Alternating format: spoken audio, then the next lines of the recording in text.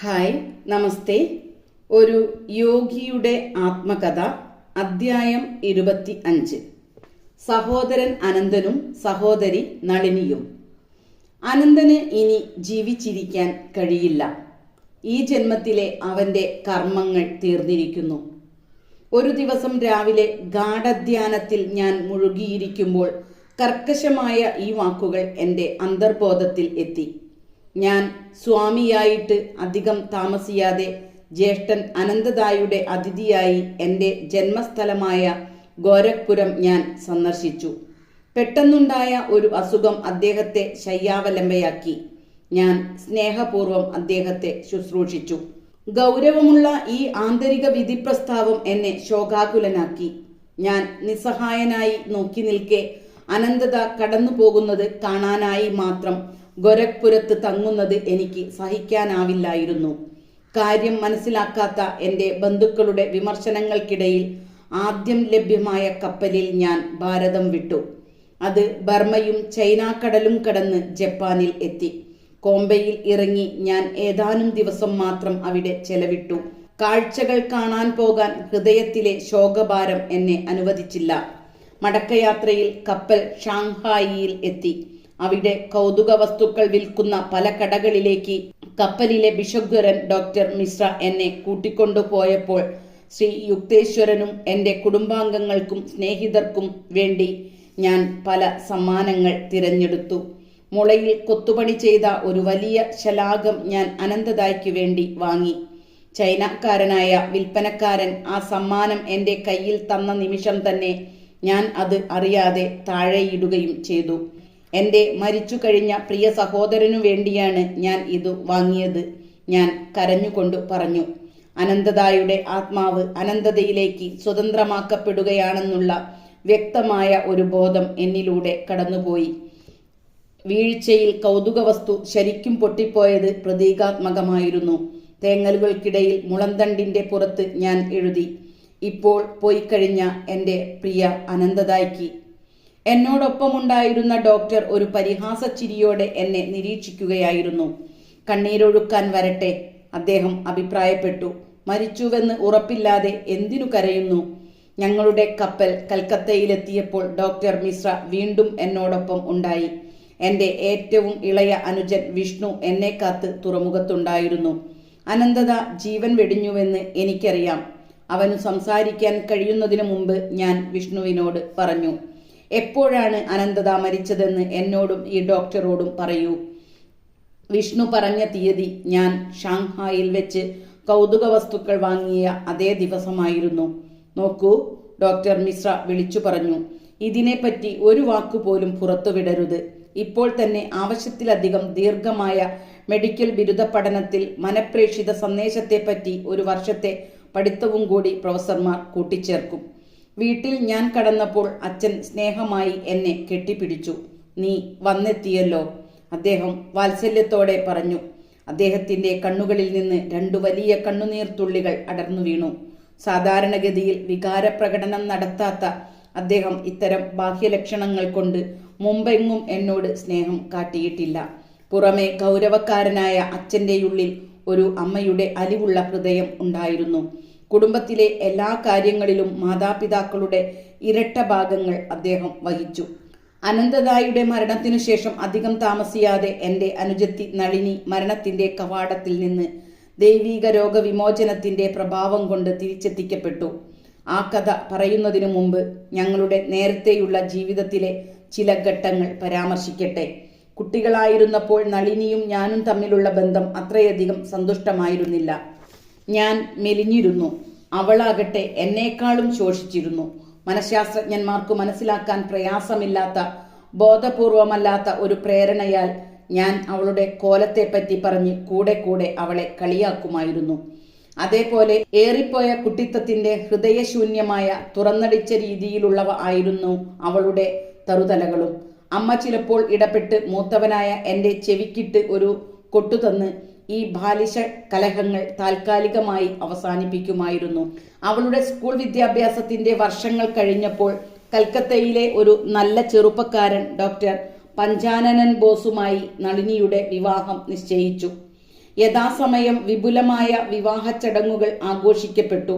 വിവാഹരാത്രിയിൽ ഞങ്ങളുടെ കൽക്കത്ത വസതിയിലെ വിശാലമായ സ്വീകരണ മുറിയിൽ ഉല്ലാസഭരിതരായ ബന്ധുക്കളുടെ കൂടെ ഞാനും കൂടി. കസവുറയിട്ട എൻ്റെ വലിയ ഒരു തലയിണയിൽ ചാരി വരൻ തൻ്റെ അരികിൽ നളിനിയെയും കൂട്ടി ഇരിക്കുകയായിരുന്നു.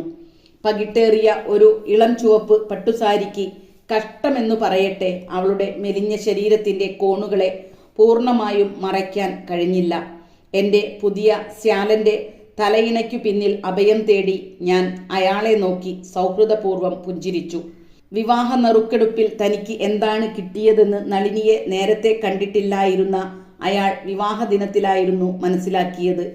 എൻ്റെ അനുകമ്പ മനസ്സിലാക്കി ഡോക്ടർ ബോസ് ആരും ശ്രദ്ധിക്കാത്ത വണ്ണം നളിനിയെ ചൂണ്ടിക്കാട്ടി എൻ്റെ ചെവിയിൽ മന്ത്രിച്ചു. പറയൂ, ഇതെന്താണ്? അതോ ഡോക്ടർ, ഞാൻ മറുപടി പറഞ്ഞു. അത് നിങ്ങളുടെ നിരീക്ഷണത്തിനുള്ള ഒരു അസ്ഥിപഞ്ജരം. വർഷങ്ങൾ ചെല്ലുന്തോറും ഡോക്ടർ ബോസ് ഞങ്ങളുടെ കുടുംബത്തിന് പ്രിയങ്കരനായി തീർന്നു. വീട്ടിൽ ആർക്കെങ്കിലും അസുഖമുണ്ടായാൽ അദ്ദേഹത്തെ പോയി കാണും. ഞങ്ങൾ രണ്ടുപേരും ഉറ്റമിത്രങ്ങളായി. പലപ്പോഴും ഞങ്ങളുടെ തമാശകൾ നളിനിയെ കരുവാക്കിയായിരിക്കും. ഇത് വൈദ്യശാസ്ത്രത്തിലെ ഒരു കൗതുകമാണ്. എൻ്റെ അളിയൻ ഒരു ദിവസം എന്നോട് അഭിപ്രായപ്പെട്ടു. നിങ്ങളുടെ മെലിഞ്ഞ അനുജത്തിയിൽ ഞാൻ സകലതും പരീക്ഷിച്ചു നോക്കി. മീനെണ്ണ, വെണ്ണ, മുളപ്പിച്ച യവം, തേൻ, മത്സ്യം, മാംസം, മുട്ട, ടോണിക്കുകൾ എല്ലാം. എന്നിട്ടും 1 ഇഞ്ചിൻ്റെ 100-1 തടി വയ്ക്കാൻ അവൾക്കു കഴിയുന്നില്ല. ഏതാനും ദിവസം കഴിഞ്ഞ് ഞാൻ അവരുടെ വീട്ടിൽ പോയി. എൻ്റെ ജോലി ഏതാനും മിനിറ്റുകൾക്കുള്ളിൽ കഴിഞ്ഞു. നളിനിയുടെ ശ്രദ്ധയിൽപ്പെടാതെയാണ് എന്നു കരുതി ഞാൻ മടങ്ങുകയായിരുന്നു. ഞാൻ മുൻവശത്തെ വാതിലിൽ എത്തിയപ്പോൾ അവളുടെ സ്നേഹപൂർണമെങ്കിലും ആജ്ഞാപൂർവമായ ശബ്ദം ഞാൻ കേട്ടു. ജ്യേഷ്ഠ, ഇവിടെ വരൂ. ഇപ്രാവശ്യം എന്നെ പറ്റിച്ചു കടന്നു കളയാൻ ഞാൻ സമ്മതിക്കുകയില്ല. എനിക്ക് ജ്യേഷ്ഠനോട് ഒന്ന് സംസാരിക്കണം. ഞാൻ പടികൾ കയറി അവളുടെ മുറിയിലെത്തി. അവൾ കരയുന്നത് കണ്ട് ഞാൻ അമ്പരന്നു. പ്രിയ സഹോദര, നമുക്ക് പഴയ പിണക്കങ്ങൾ എല്ലാം ഇനി മറക്കാം. ഇപ്പോൾ ജ്യേഷ്ഠന്റെ കാലുകൾ ആത്മീയ മാർഗത്തിൽ ഉറച്ചു കഴിഞ്ഞുവെന്ന് എനിക്ക് അറിയാം. എനിക്കും എല്ലാ രീതിയിലും അങ്ങയെപ്പോലെയാകണം. പ്രതീക്ഷാ നിർഭരമായി അവൾ തുടർന്നു. ജ്യേഷ്ഠന് ഇപ്പോൾ നല്ല ആരോഗ്യമുണ്ടെന്നു കണ്ടാലറിയാം. അങ്ങ് എന്നെ സഹായിക്കുമോ? എൻ്റെ ഭർത്താവ് എൻ്റെ അടുത്തു വരുന്നില്ല. എന്നാൽ ഞാൻ അദ്ദേഹത്തെ ഗാഢമായി സ്നേഹിക്കുന്നു. പക്ഷേ മെലിഞ്ഞ് അനാകർഷകമായിരിക്കേണ്ടി വന്നാലും എൻ്റെ ഏറ്റവും വലിയ ആഗ്രഹം ഈശ്വര സാക്ഷാത്കാരത്തിൽ പുരോഗതി നേടുകയെന്നതാണ്. അവളുടെ അപേക്ഷ എൻ്റെ ഹൃദയത്തെ അഗാധമായി സ്പർശിച്ചു. ഞങ്ങളുടെ പുതിയ സൗഹൃദം ക്രമേണ വളർന്നു. ഒരു ദിവസം എൻ്റെ ശിക്ഷയാകണമെന്ന് അവൾ ആവശ്യപ്പെട്ടു. ജ്യേഷ്ഠന് ഇഷ്ടമുള്ള ഏതു രീതിയിലും എന്നെ പരിശീലിപ്പിക്കൂ. ടോണിക്കുകൾക്കു പകരം ഈശ്വരനിൽ എൻ്റെ വിശ്വാസം ഞാൻ അർപ്പിക്കുന്നു. കൈനിറയെ മരുന്നുകളെടുത്ത് അവൾ ജനാല വഴി ഓടയിലേക്ക് ഒഴിച്ചു. ആഹാരത്തിൽ നിന്ന് മത്സ്യം, മാംസം, മുട്ട എന്നിവയെല്ലാം ഒഴിവാക്കാൻ അവളുടെ വിശ്വാസത്തിൻ്റെ ഒരു പരീക്ഷയെന്ന നിലയിൽ ഞാൻ ആവശ്യപ്പെട്ടു. ഞാൻ വച്ച വിവിധ നിയമങ്ങൾ നളിനി വിട്ടുവീഴ്ചയില്ലാതെ പാലിക്കുകയും നിരവധി ബുദ്ധിമുട്ടുകൾ ഉണ്ടായിട്ടും സസ്യഭക്ഷണം മാത്രം മതിയെന്നു വയ്ക്കുകയും ചെയ്തു. മാസങ്ങൾക്കു ശേഷം ഞാൻ നളിനിയെ സന്ദർശിച്ചു. അനുജത്തി, നീ ആത്മീയ നിബന്ധനകൾ ഏറെ ശുഷ്കാന്തിയോടെ പാലിക്കുകയായിരുന്നു. അതിൻ്റെ ഫലപ്രാപ്തി അടുത്തു. ഞാൻ കുസൃതിയോടെ ചിരിച്ചു. നിനക്ക് എത്ര വണ്ണം വയ്ക്കണം? കൊല്ലങ്ങളായി സ്വന്തം പാദങ്ങൾ കണ്ടിട്ടില്ലാത്ത നമ്മുടെ അമ്മായിയുടെ അത്രയും വേണോ? വേണ്ട, ജ്യേഷ്ഠന്റെ അത്രയും ആകണമെന്നാണ് എൻ്റെ അതിയായ ആഗ്രഹം. ഉത്തമ വിശ്വാസത്തിൻ്റെ ഉറപ്പോടെ ഞാൻ മറുപടിയായി പറഞ്ഞു. ഈശ്വരകൃപയാൽ ഞാൻ എപ്പോഴും സത്യം പറഞ്ഞിട്ടുള്ളതിനാൽ ഇപ്പോഴും സത്യമായി പറയുന്നു. ഈശ്വരാനുഗ്രഹത്താൽ നിന്റെ ശരീരം തീർച്ചയായും വ്യത്യാസപ്പെടും. 1 മാസം കൊണ്ട് അതിന് എൻ്റെ തൂക്കം ലഭിക്കും. എൻ്റെ ഹൃദയത്തിൽ നിന്ന് വന്ന ഈ വാക്കുകൾ ഫലിച്ചു. 30 ദിവസം കൊണ്ട് നളിനിയുടെ തൂക്കം എൻ്റെ അത്രയുമായി. ശരീരത്തിൻ്റെ പുതിയ വണ്ണം അവൾക്ക് സൗന്ദര്യം നൽകി. അവളുടെ ഭർത്താവ് അവളിൽ ഗാഢമായി അനുരക്തനായി. അസുഖകരമായി ആരംഭിച്ച അവരുടെ വിവാഹം ഉത്തമമായ സൗഹൃദം കണ്ടെത്തി. എൻ്റെ അഭാവത്തിൽ നളിനിക്ക് സന്നിപാത ജ്വരം വന്നതായി ജപ്പാനിൽ നിന്നും മടങ്ങിയെത്തിയപ്പോൾ ഞാൻ അറിഞ്ഞു. ഞാൻ അവളുടെ വീട്ടിൽ ഓടിയെത്തി. അവൾ അത്യന്തം മെലിഞ്ഞിരിക്കുന്നത് കണ്ട് ഞാൻ അന്താളിച്ചുപോയി. അവൾ തുടർച്ചയായി അബോധാവസ്ഥയിലായിരുന്നു. എൻ്റെ സ്യാലൻ പറഞ്ഞു. സുഖക്കേടുകൊണ്ട് അവളുടെ മനസ്സു കുഴങ്ങുന്നതിനു മുമ്പ് അവൾ കൂടെ കൂടെ പറയുമായിരുന്നു, ജ്യേഷ്ഠൻ മുകുന്ദൻ ഇവിടെ ഉണ്ടായിരുന്നെങ്കിൽ എനിക്ക് ഈ അനുഭവം ഉണ്ടാകില്ലായിരുന്നു. അദ്ദേഹം കണ്ണീരോടെ തുടർന്നു.